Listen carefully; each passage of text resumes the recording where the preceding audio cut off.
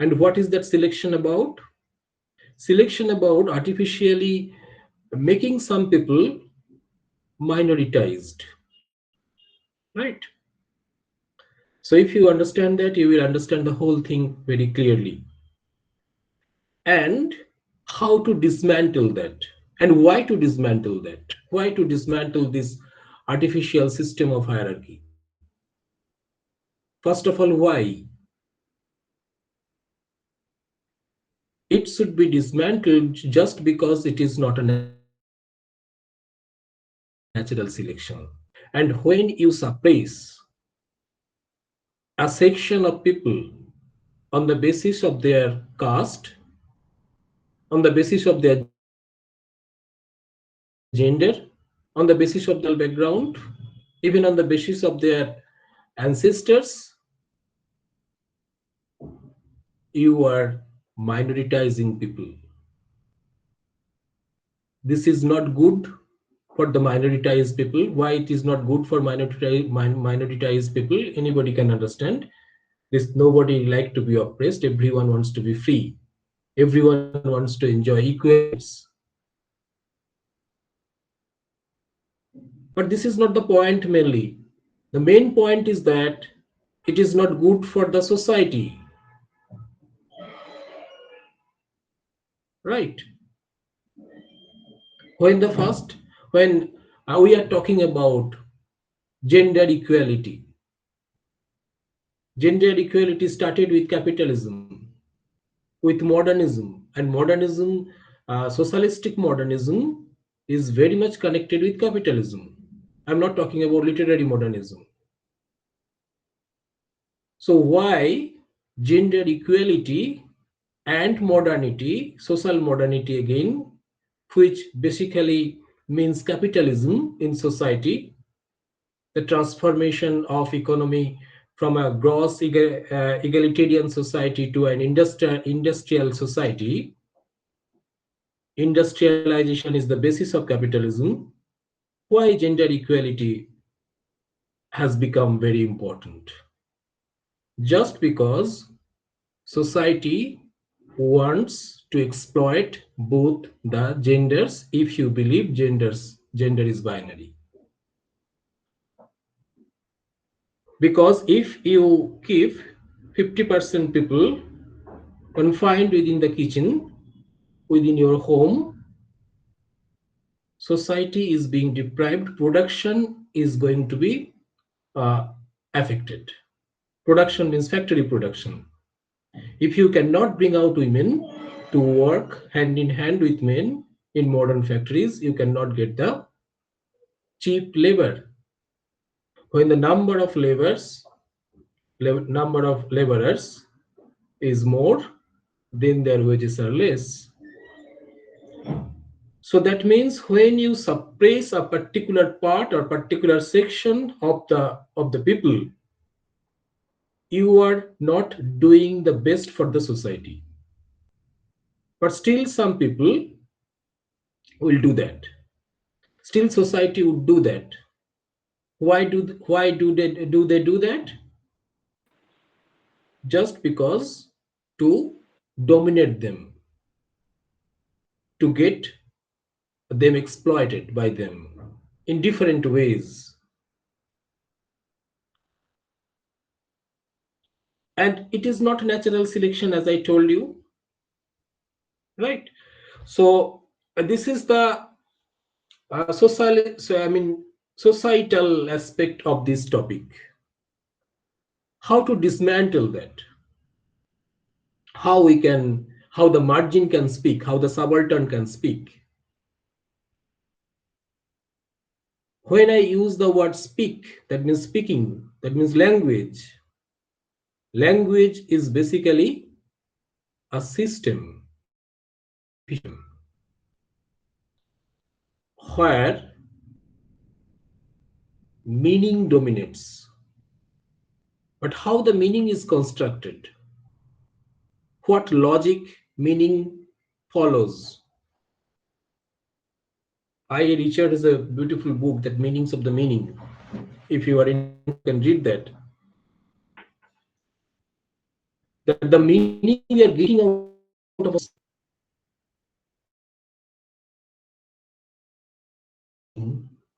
that means we believe in monopoly of meaning. This is the root of all domination, all discrimination, according to Derrida, Jacques Derrida. Probably some of you know that Derrida himself belonged to the marginalized section of French people, Algerian. He has an Algerian background and uh, not the mainstream French people. So Derrida want to dismantle society by using language. Where margin can be center, center can be margin, there is no fixed center, there is no fixed margin. How to do that? The theory deconstruction is no destruction, but recognition of the warring elements in a text. That no single meaning can dominate. Derrida want to destabilize meaning, so that many meanings can come out and not a single meaning can dominate. It is a sort of polyphony. Are you familiar with the word polyphony? Poly means many, phone means sound, many sound, right? In the novel Crime and Punishment, Dostoevsky's novel, there also you will find a polyphony. Polyphony means so many meanings. Raskolnikov, the improvised student who committed a murder, is he really a criminal? When the crime is done with a good purpose, still it remains a crime. And how does it feel to kill a person? So all those sounds can come out, all those voices can come out from a single novel, and not a single voice should dominate. Is it clear? So how to dismantle the monopoly of majoritized society, majoritized people? Even feminists also believe that language is the root of exploitation. The logic. They want to destabilize the logic of language because logic is basically patriarchal. That's why Krita Feminine, we have heard the language of the feminine was created, but was not successful though. So Derrida attacked this domination of one meaning, at the same time logocentrism. Logocentrism, are you familiar with the word? Logos, Greek word, Logos, that means word or reason. Hmm? So if you can attack the established reason by questioning its validity, you are promoting many voices. And in that way, you have to challenge what is established and what is already believed by convention, by law, or by standard of morality, whatsoever. And when we talk about gender and gender discrimination in patriarchal society, another word is very common, I mean, very connected to that, gender discrimination and gender sensitization. What is gender sensitization? That treating men and women differently. This is good or bad? Anyone want to speak on that?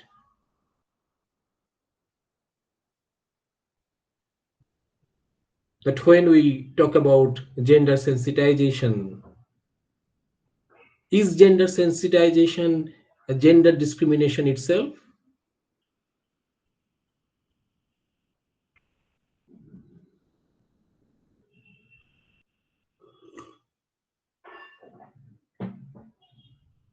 Because when you are doing the gender sensitization, it is no it is not based on real, because gender does not exist.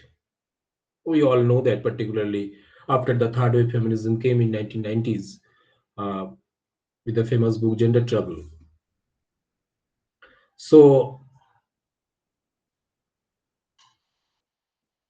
what is gender sensitization, and this is good or bad? Gender sensitization is a way of gender discrimination, or it will promote the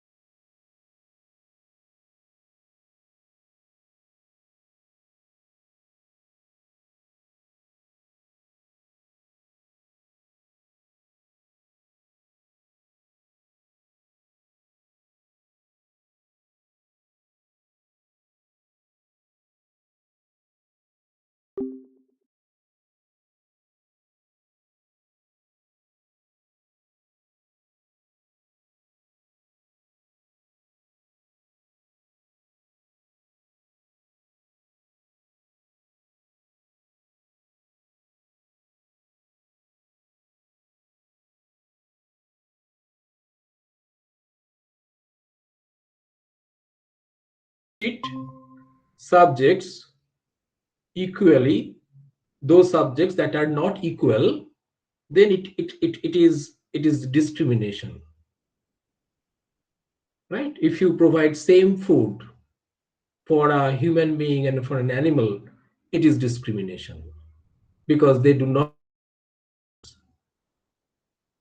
right?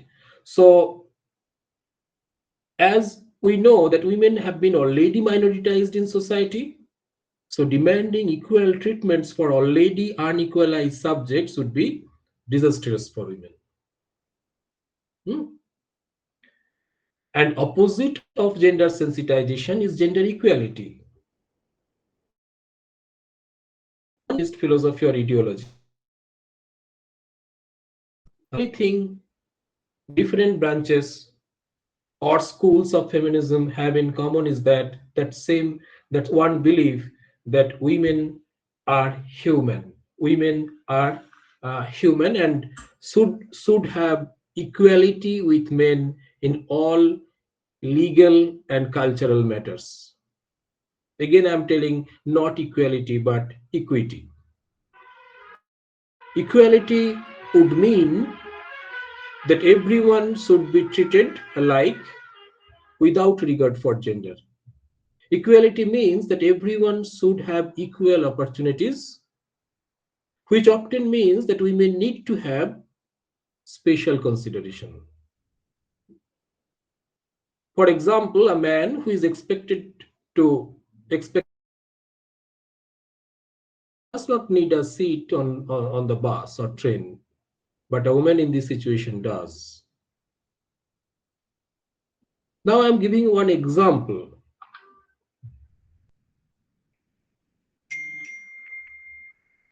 One example that will show you how privileged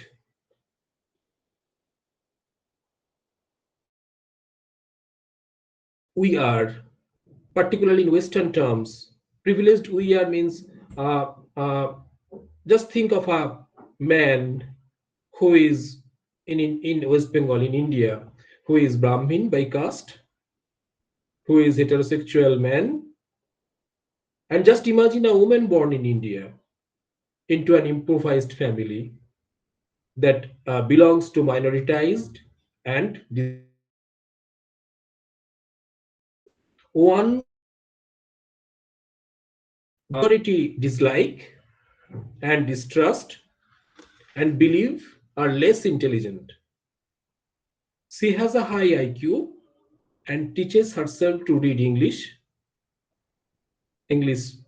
well, and loves to read and study. Her parents allow her some formal education to make it easier to get rid of her through the a cruel practice of marrying of daughters. This is unimaginable, particularly to the Westerners. Her parents refused to send her to college and instead marry her off to a man who does not love her. She never knows sexual pleasure, only pain and frustration. She never experiences love. She is abused in her home and cannot leave because she would have no way to survive. She is disrespected whenever she goes outside her home as well, and has her fear of attack from men in the main, because as you know, India is the rape capital of the world. She knows that if she is raped and he survives the attack, she may be killed by her husband's family or thrown out to die. She has no access to books she loves. All the work she does is domestic manual labor, which she finds no pleasure in. Let's make her a lesbian. Then she will never ever have a moment of happiness, but must instead enact the wifely role she hates, and that brings her nearly unbearable suffering, with no hope of ever becoming happy except through death. Many novels like Anita Desai's novel Feasting, Fasting, all these novels has elaborate story about it, that how most of the Indian women live. So do you believe, this is my question for the audience, do you believe abolishing gender sensitization in terms of government laws and societal rules will solve the problem? So this is one way of thinking. Another way of thinking is that if you sensitize gender, that means you are confirming gender binarity.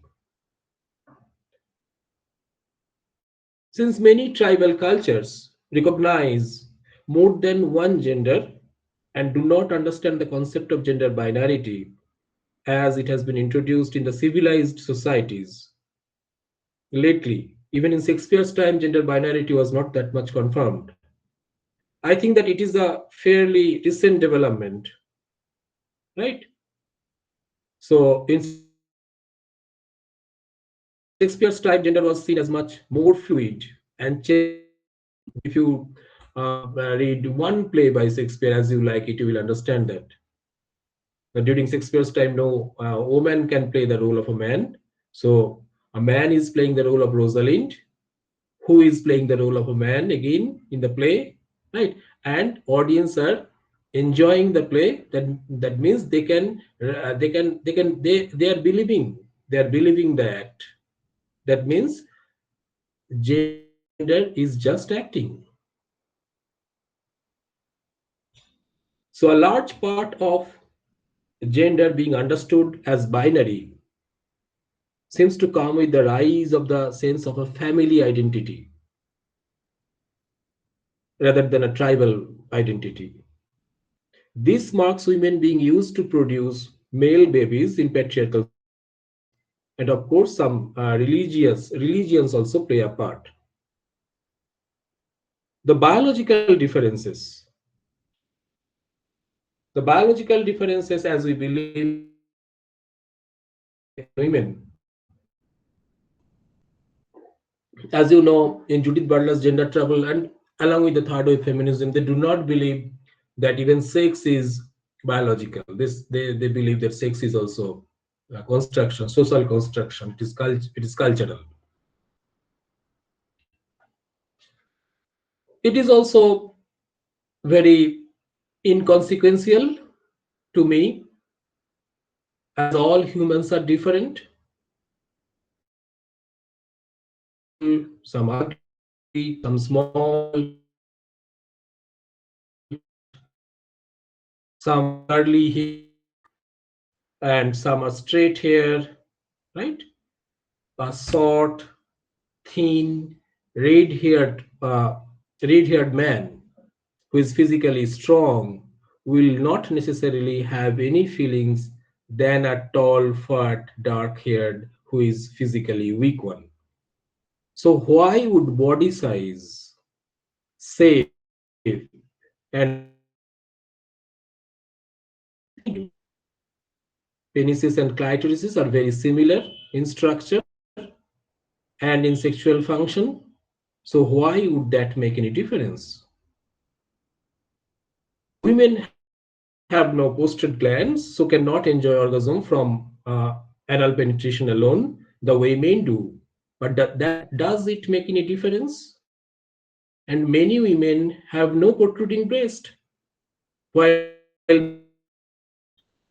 Also, as we know, 1 in every 1,000 babies born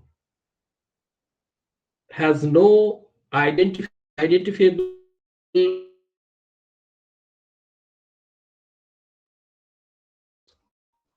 and many are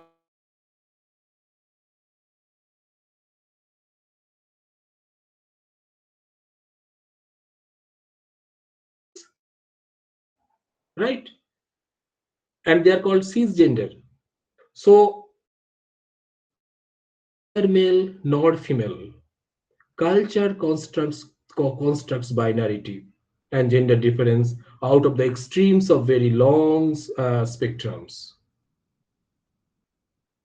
So as a straight man, I get attracted to women and a woman get attracted to men. This is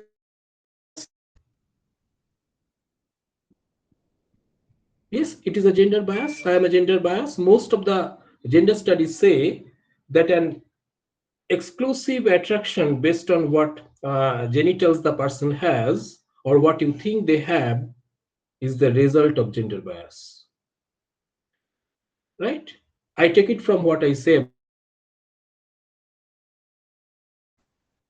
here, that is a trans woman who has born XY and with a penis and male sex hormones could attract you if she used cosmetics and surgery to look like a cisgender woman that is not born XX with female hormones. So really all I'm saying is that I and men attracted to people with female affect and female appearance. That is the same if I were only attracted to people of a certain race. It is a matter of bias towards a physical appearance that is symbolic to me. I don't blame anyone for this, right? So this is our society and this is our cultural biases, gender biases. In America, I have seen that most young people now are educated and are to some extent non-binary in their attractions. That is the way a person looks, and their performance of gender are less important to them than the other aspects of the person's personality. Most cisgender attraction to specific physical features to be shallow and to some extent perverse. And gender binarity is problematic because it is imaginary. Sexual binarity does not exist in nature. People who are neither biologically male nor female, that means they do not have XX or XY chromosomes, are quite common. And there are sex, including 1X. What we call masculine and feminine gender, that is gender binarity, are collection of characteristics that change across cultures and time periods. For example, in 1500 England, women were seen as having much stronger sex drives than men, and so naturally promiscuous because they were seen as less intelligent, so controlled by their animal instinct than ethics. In 1880s, 1800, this century, this reversed as men were seen having more sex drives than women and more inclined to be promiscuous because they were less spiritual and virtuous by the nature than women. Cisgender just means that you are XX and identify as a woman, or XY identify as a man. Although since most people don't know whether they are XX or XY, without a DNA test you cannot know, it really means that you identify with and you are trying to perform the gender you are assigned at birth, right? Scientists estimate that in the West, one in every 1,000 birds have ambiguous genitals, no recognizable penis or vagina, or both penis and vagina, or is neither XX or XY. This is the same instance as people being born with red hair. In some parts of the East, Thailand, for instance, there are more born that way. And I want to add one something to what I wrote about gender attraction. Since a uh, very young age, I have uh, accepted that my feelings of physical attraction are not those of people assigned the male gender. So I don't have any discomfort in knowing my sexuality will be seen by others as coming from bias in many ways. So, in this brief discussion, what I wanted to specify is that discrimination, gender discrimination, is absolutely artificial. There is neither any biological base nor any natural base for doing that. Now, I want to go to the next point that I want to discuss, that is class change. It is financial discrimination, economic discrimination, that poor people, middle class people, and rich people. How this discrimination can be dismantled, can be broken, can be combated, only way is class change. Class change should be possible in a fair democracy. That means how to how to make class change possible? Education, right? My parents are born of very poor family. I am also very poor. That is not the class change. My parents are very poor, but they can send me to a free school where I can get education, I can get a job or do something on my own, and I can be richer than my parents. If this opportunity is taken away, that means our society does not want any class change anymore. Free government education system. Without this, class changes become impossible. And our last point is minority rights. Right is associated with another word, that is dignity. When you are conscious of when we are conscious of our rights, at the same time we have to conscious about our self-esteem and dignity, which our colonizers have destroyed. That is the greatest damage our colonizers did to India, that they destroyed our self-esteem. How to know that? If we have self-esteem, we cannot do anything wrong. Our self-esteem, my sense of my conscious, guilty feeling, all these things will be very strong to stop me from doing anything that I do not want to do, but still we do. So all the rights can be earned by earning self-esteem first, self-dignity first, which is very difficult. for Indians due to their history of long colonized period.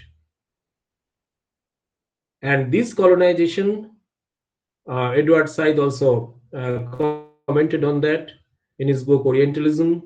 So this colonization plays a huge role in destroying the dignity of the colonized people.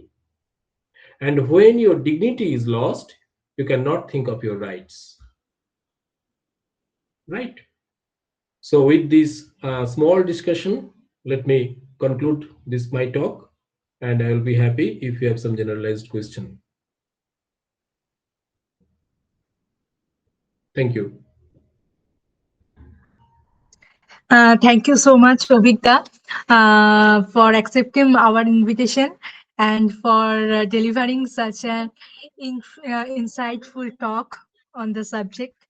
And now I would like to ask if anybody else have anything to ask, sir, regarding these questions. Does anybody else have any question regarding that?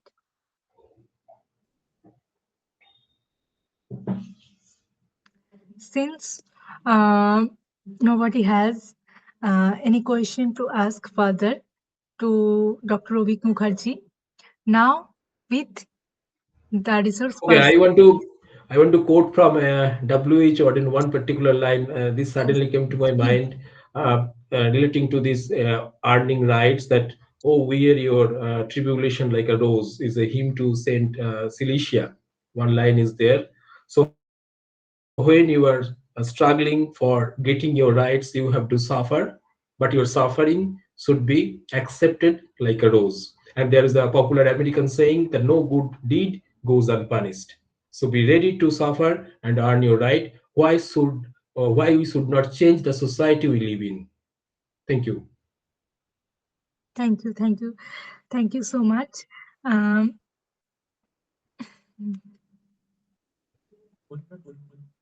okay, thank you so much for adding the quote.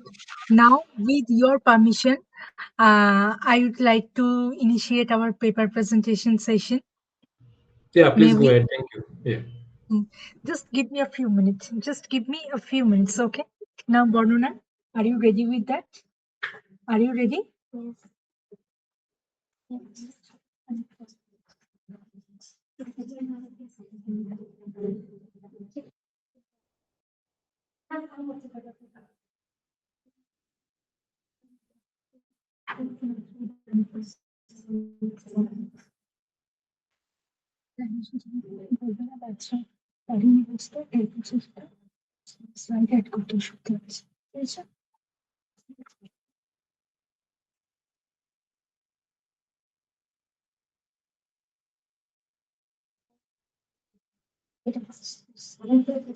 Just allow us a few minutes. It's our students' first paper presentation, so she is having a problem to set up all the things. Now, Banana, take your time, okay? Be at your ease. Abhik তো ক্যামেরাটা একবার on করো, কয়েকটা snippet নিয়ে নি।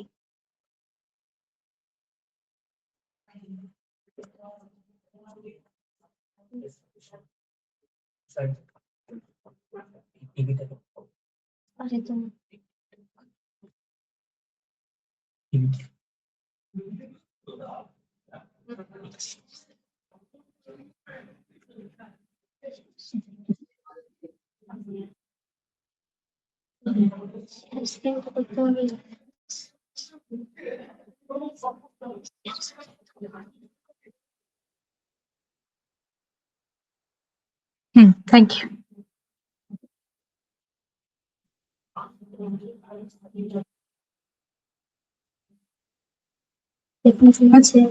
না এখনো share হয়নি। বর্ণনা, ইয়েস, বর্ণনা দেখা যাচ্ছে, শেয়ার স্ক্রিন হয়েছে।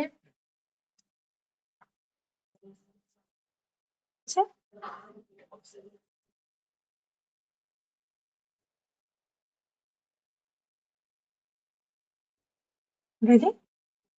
ইন্ট্রোডিউস করি তোমার।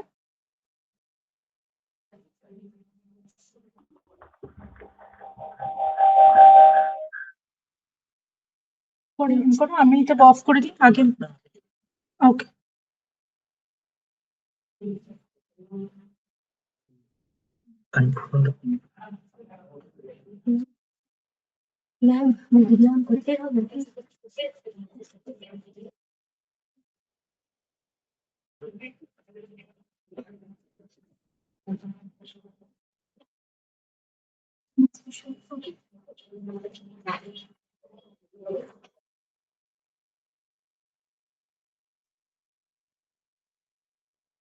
Um, Sorry for making you to wait for a while. Now, I It's okay. am I am proudly and gladly introducing the student of fifth sem of my very own department, B.Sc Data Science, Bornoda Kumar Majhi. She is going to present a paper. It is her first paper presentation ever, and she has toiled much with me to form this paper and to frame the statistical analysis of these data which we have collected together. Now, I would like to request Bornona Kumar Maji, a very talented, much more talented student of my department, to present her paper with you all. Now, Bornona, it's over to you. Please initiate. Good afternoon, sir. Good afternoon, listener. First of all, I would like to thank Rituparna ma'am, convener of series titled Research Skill and Language Efficiency Development Program, who gives me this opportunity to present this paper on this platform. Now I would like to present this paper in front of you all, which is joint venture of our own HOD Madam Rituparna Das ma'am, who is assistant professor in English, and me, Bornona Kumar Majhi. I am student of 5th SEM B.Sc Data Science Department of Calcutta Institute of Science and Management. Now, coming to the introduction,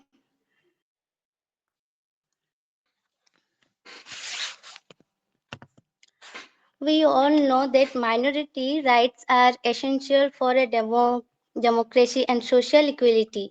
Yet, minority groups continue to face discrimination despite legal protection. So, yes, there is obviously some traditional policy analysis which rely on quantitative studies and basic statistics, but that often fail to capture real experience or measure true policy impact. Evidence-based policy making is limited by biased and incomplete minority data. As the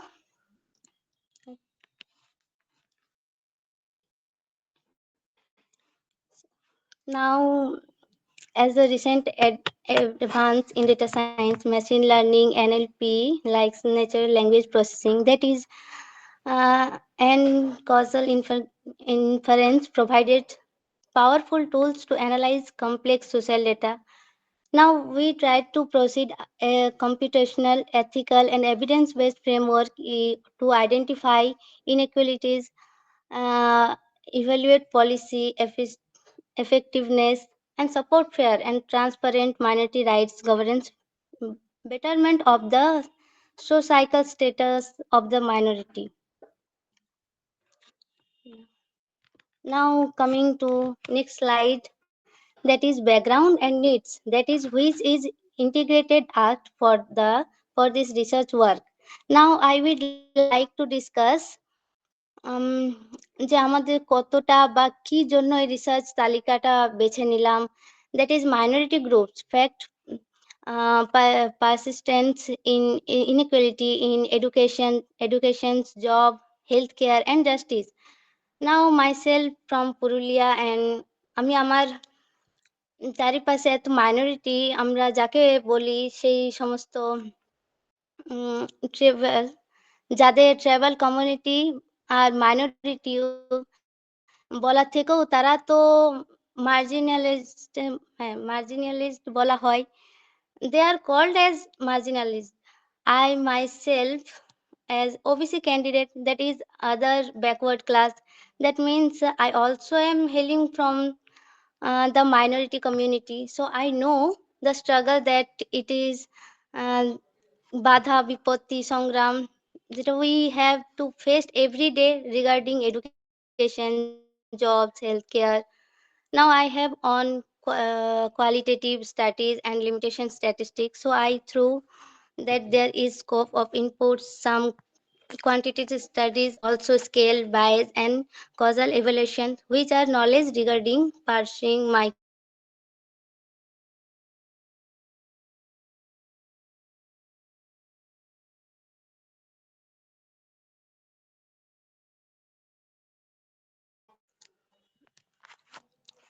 Now coming to next slides, here are some research objectives.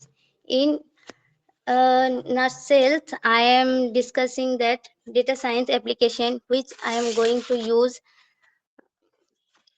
data science and computational method to study and improve minority rights policy. As next, integrated data analytics and better policy decisions. Next, we How to overcome analytical হ্যাঁ, hurdles, problem definition. problem definition, overcoming analytical hurdles. Data heterogeneities, আমরা জানি আমাদের ইন্ডিয়াতে কত ধরনের minority, caste, subcaste, হ্যার সাম বলো যে আমাদের আমরা যখন সার্ভে করছিলাম, when we were doing surveys we found that there were the যেটা হয় যে অনেক মাইনরিটি কমিউনিটিস বা ক্লাসের আমরা মুখোমুখি হলাম এবং সেখানে একটা ডাইভার্জেন্ট ডাটা বা হেটেরোজিনিয়াস ডেটা, যেটা কোথায় গেল, শেয়ার হচ্ছে না কেন, হেটেরোজিনিয়াস যে ডেটা, সেটা যখন আমরা to manage and all those things, সেই বিষয়টা আমাদের একটা সম্মুখীন হতে হচ্ছে এবং সেখান থেকে সেই ডেটাগুলো আমাদের কাছে চ্যালেঞ্জ ছিল কিভাবে আমরা সিড থ্রু করবো বা ছেকে নেব which are the relevant to us, and after sift through the data and assimilating them, then we went through the analytics of the data. now তারপর বলো ক্যারি ফরওয়ার্ড করো বর্ণনা। ঠিক আছে, শেয়ার না হলে অসুবিধা নেই, করো carry forward. Data heterogeneities, measurement bias, causal attribution, ethical risk. Ma'am share করে দিচ্ছি একবার। হ্যাঁ শেয়ার করো, যদি করো, আদারওয়াইজ তুমি কন্টিনিউ করো।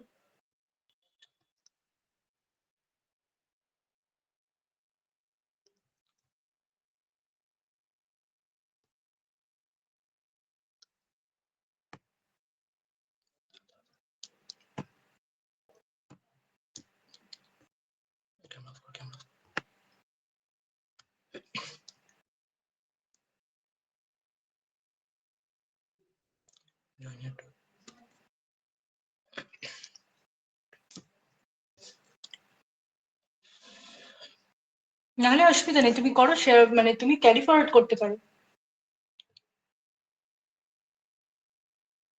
Enter screen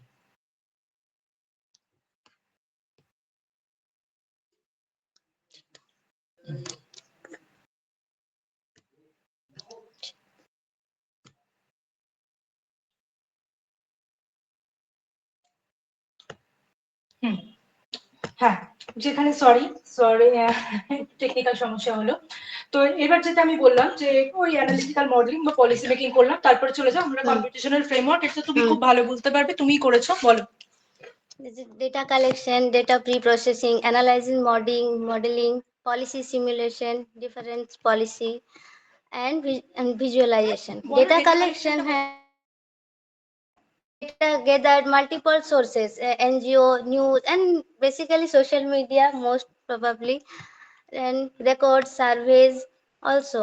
And next, data pre-processing, raw data clean, missing value are handled, and useful features are created for analysis. Analytical modeling, machine learning as casual Inference methods are used to detect discrimination and measure privacy impact. Next, methodology.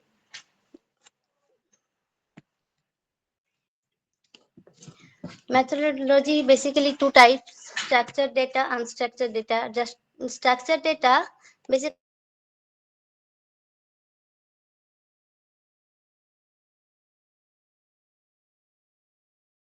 is clinical data like in level, education rate. Unstructured data is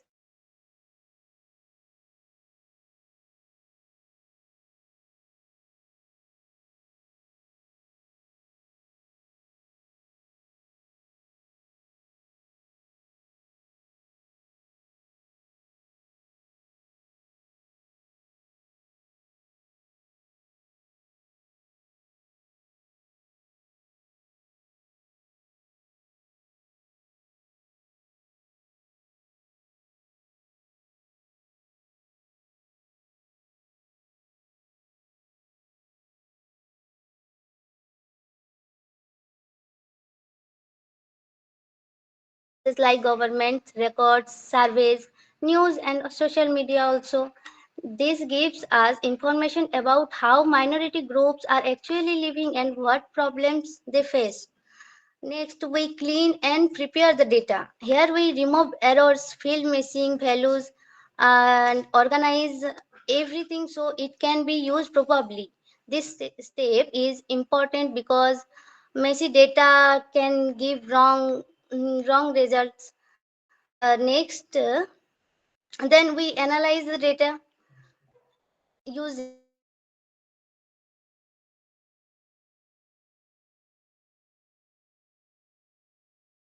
is high and whether a policy is really helping or not.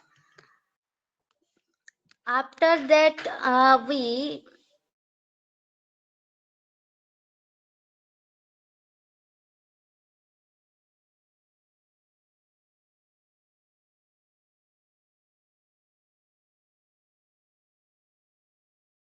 for rules change, propensity score matching. This basically means is this diagram.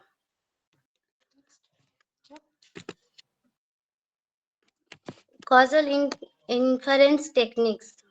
Proper propensity score matching, difference in difference, causal forest purpose. Uh, Propensity cost matching, score matching. Imagine you want to check if a government policy help people. You take two similar groups or people, one group that got that policy, one group that not did not. Both groups are similar in age, income, backgrounds, etc. Then you compare them.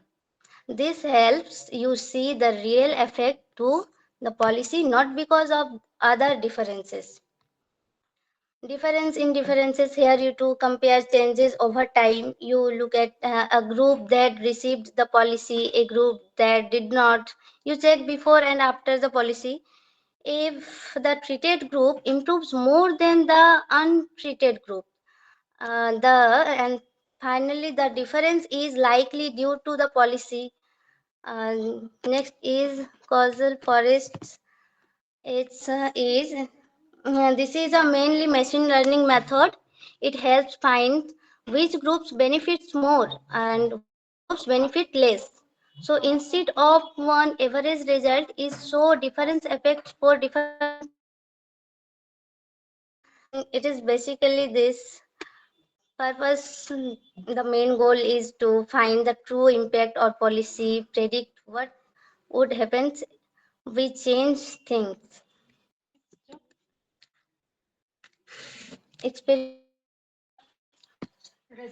Yeah.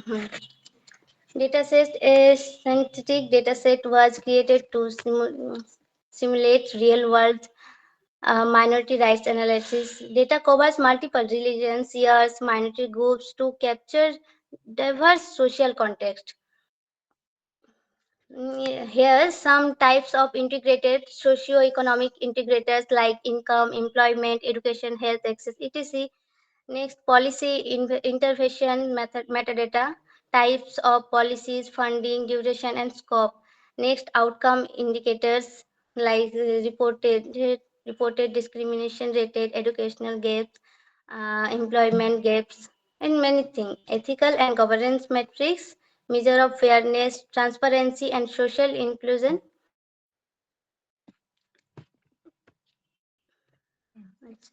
Next, Mhm. the results in Mhm. action. The result in mainly two types of predictive modeling and causal impact. It's not. Predictive modeling টা বলো.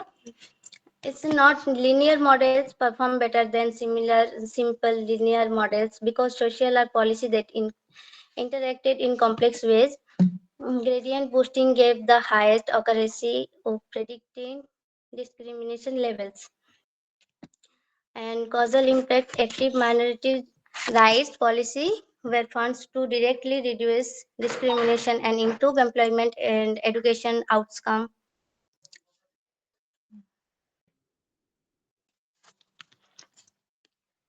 And next slide is ethical principle emphasizes.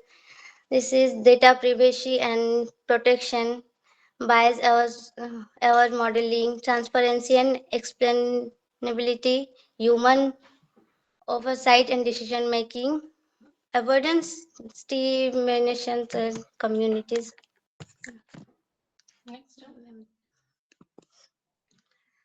And lastly, in conclusion, these papers show how data science can be used to improve minority rights policies in a clear and practical way by combining different types of data with machine learning and causal analysis. Policies can be better designed, evaluated, and tested before implementation. The results show that these methods help understand real policy impact while maintaining families and transparency. Now, the study also highlight the ethical use, human oversight, and accountability are essential. Overall, responsible computational method can support more effective, fair, and inclusive minority rights governance in the future. Thank you, sir. Thank you all, everyone.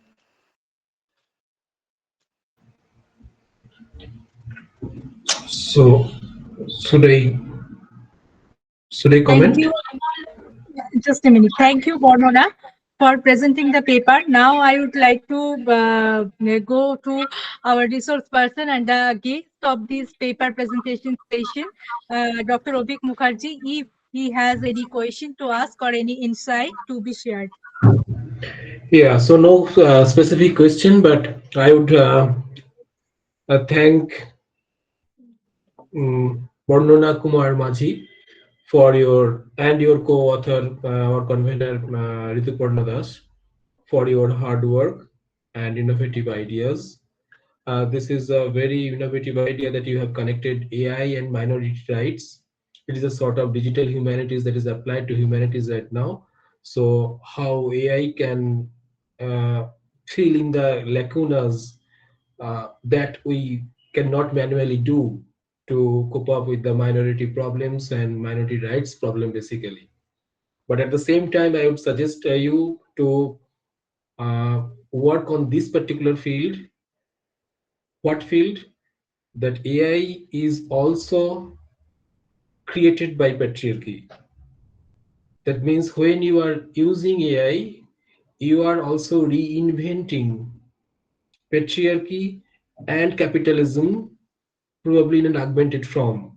So you must be on your guard not to copy the previous biases and at the same time to use your human intelligence in a very creative way with some great caution and limited use of AI technologies.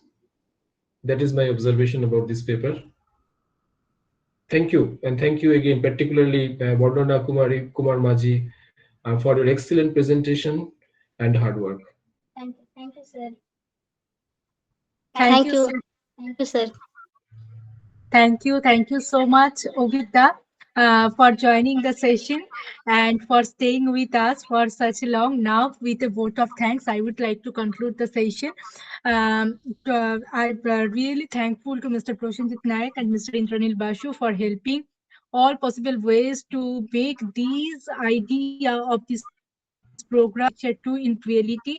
And I would like to thank my student coordinators at first, that is Abhik Rajok, Rajarshi Mahato, and Shreya Chakraborty for coordinating me. And I am really grateful to to our principal sir, Dr. Sanjay Kumar Palit, for helping me to chalking this program out and supporting me in all possible ways. And I would also like to thank all the technical staffs and technical support to this program. And it is. It is least to say that I am really, really grateful to you for ordinating the session. Thank you so much. Have a great day and have a great, great, great year ahead. Thank you so much. You too. Bye bye. So I'm dropping the session. Now, the session will be shared in the group. Please fill the feedback form. Those who have joined the session and listened to the session and also fulfilled the feedback form will be getting the certificates. Thank you. Thank you so much. Now I am ending the session. Thank you.